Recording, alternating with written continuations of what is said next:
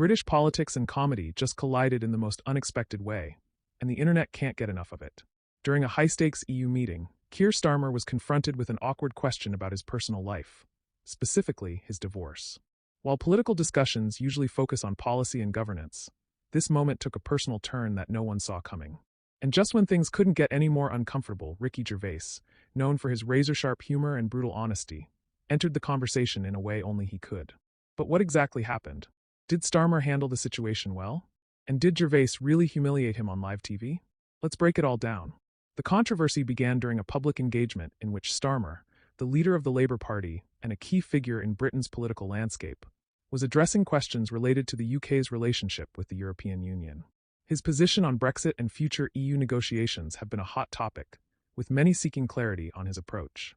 However, in a moment that caught everyone off guard, a journalist unexpectedly shifted the focus from politics to Starmer's personal life, asking about his rumored divorce.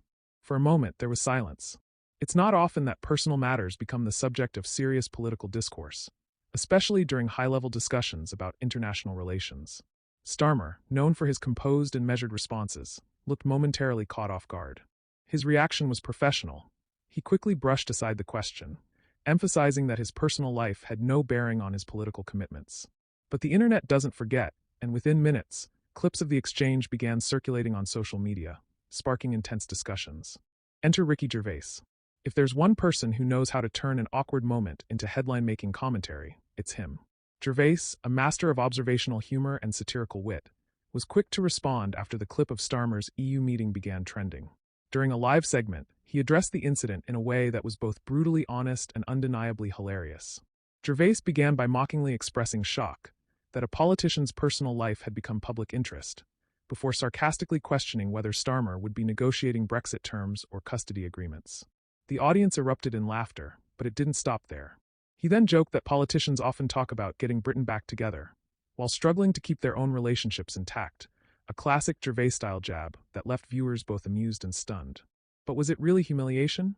While some saw Gervais' remarks as a comedic takedown, others viewed it as a fair observation about the scrutiny public figures face. Gervais wasn't necessarily targeting Starmer personally.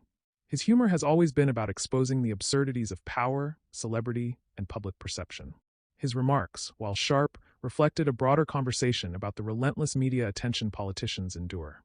Meanwhile, the public reaction was divided. Some defended Starmer, arguing that his personal life should remain private and that political discourse should focus on policies, not personal matters.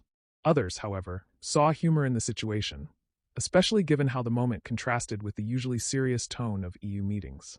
Social media was flooded with memes, commentary, and debates over whether the question was fair game or completely inappropriate. Political analysts weighed in as well. Some suggested that the moment, while uncomfortable, highlighted an unavoidable reality. Public figures, especially those in leadership positions, are constantly under scrutiny. Others speculated whether the question was intentionally designed to rattle Starmer, possibly as a strategic move by political opponents or media outlets seeking a viral moment. For Starmer himself, the challenge was clear: regain control of the narrative. His approach remained professional, avoiding direct engagement with the viral conversation. His supporters framed the incident as an example of media overreach, while critics used it as an opportunity to question his ability to handle pressure. Either way, the moment became a significant talking point in British politics, overshadowing the very EU discussions that were meant to take center stage. As for Gervais, he likely saw it all as just another day in the world of satire.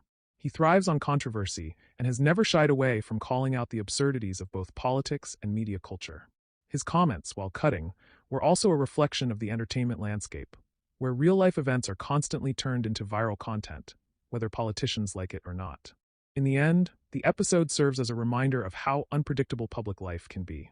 Politics is supposed to be about policies, leadership, and governance, but moments like these show how easily personal matters can become part of the conversation. And when figures like Ricky Gervais step in, you can be sure the discussion won't just disappear quietly. So, was this a case of Gervais humiliating Starmer, or was it just another example of his signature comedy style at play? Either way, one thing is certain: British politics just got a lot more entertaining.